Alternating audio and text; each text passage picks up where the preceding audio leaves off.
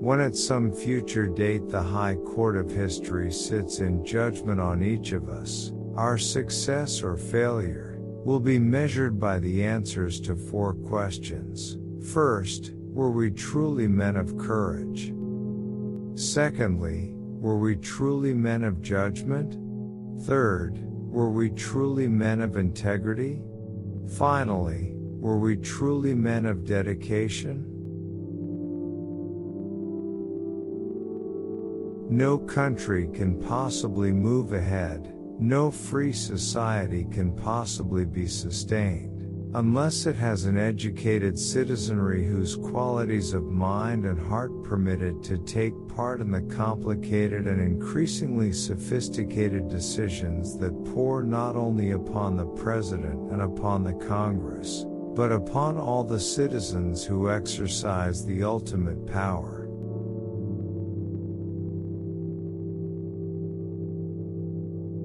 This is a great country and requires a good deal of all of us. So I can imagine nothing more important than for all of you to continue to work in public affairs and be interested in them, not only to bring up a family, but also give part of your time to your community, your state, and your country.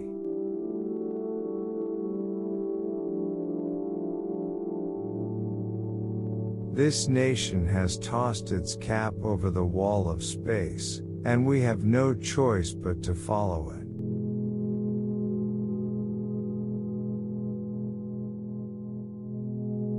What we seek to advance, what we seek to develop in all of our colleges and universities, are educated men and women who can bear the burdens of responsible citizenship, who can make judgments about life as it is, and as it must be, and encourage the people to make those decisions which can bring not only prosperity and security, but happiness to the people of the United States and those who depend upon it.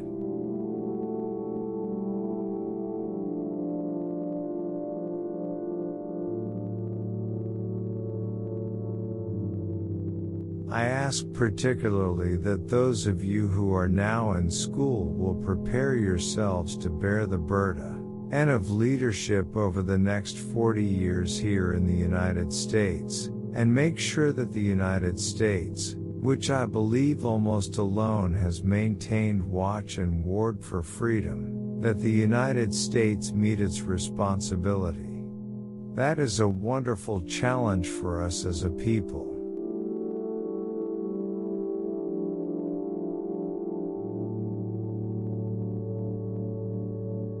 Forgive your enemies, but never forget their names.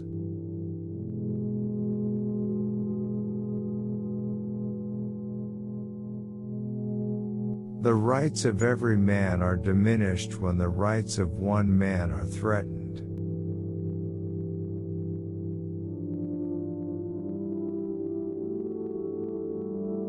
We must find time to stop and thank the people who make a difference in our lives.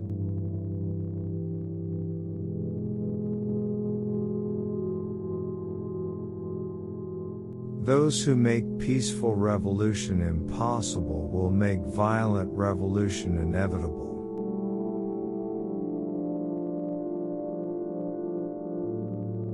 Conformity is the jailer of freedom and the enemy of growth.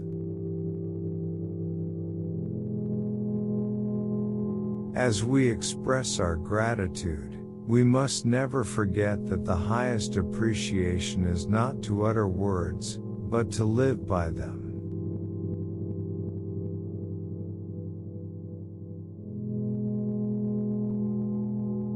The great enemy of truth is very often not the lie, deliberate, contrived and dishonest, but the myth, persistent, persuasive and unrealistic. Too often we hold fast to the clichés of our forebears. We subject all facts to a prefabricated set of interpretations. We enjoy the comfort of opinion without the discomfort of thought.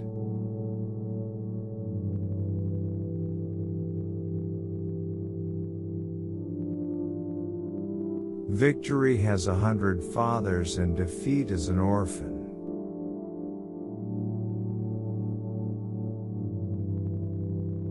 We choose to go to the moon in this decade and do the other things, not because they are easy, but because they are hard.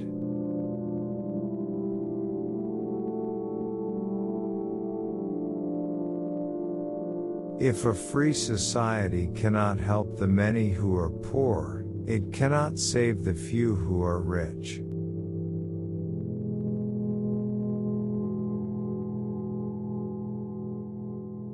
Leadership and learning are indispensable to each other.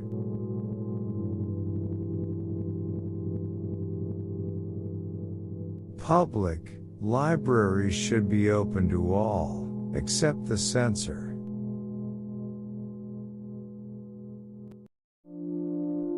One person can make a difference, and everyone should try. We must know all the facts and hear all the alternatives and listen to all the criticisms. Let us welcome controversial books and controversial authors. For the Bill of Rights is the guardian of our security as well as our liberty.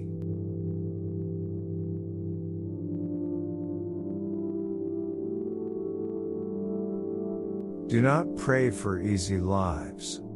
Pray to be stronger men.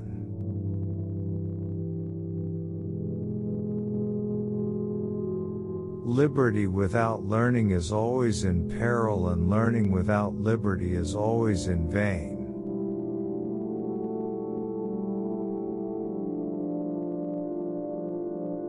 Mankind must put an end to war, or war will put an end to mankind.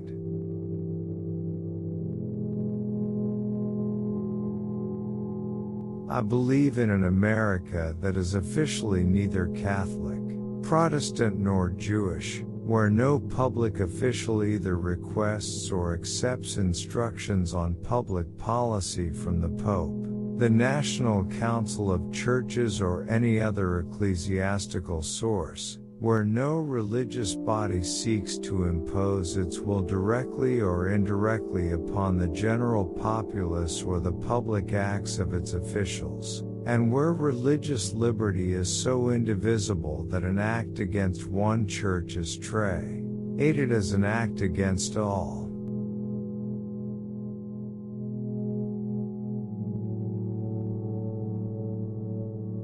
We cannot negotiate with people who say what's mine is mine and what's yours is negotiable.